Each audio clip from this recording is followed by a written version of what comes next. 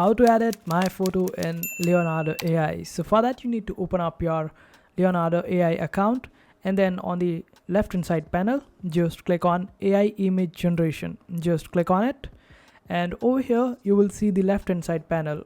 Make sure to scroll down to the very end almost, and over here you will find the option of upload or drag or drop image. So basically you can upload an image over here, or you can also drag and drop an image on this portion of this screen, and after that your image will be uploaded.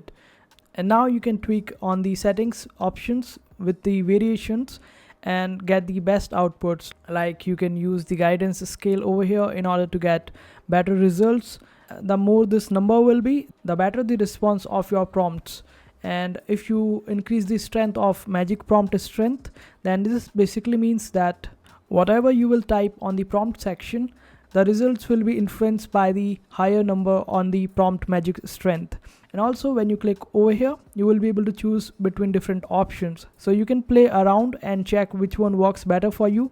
You can try Leonardo Diffusion. You can also try Absolute Reality V1.6.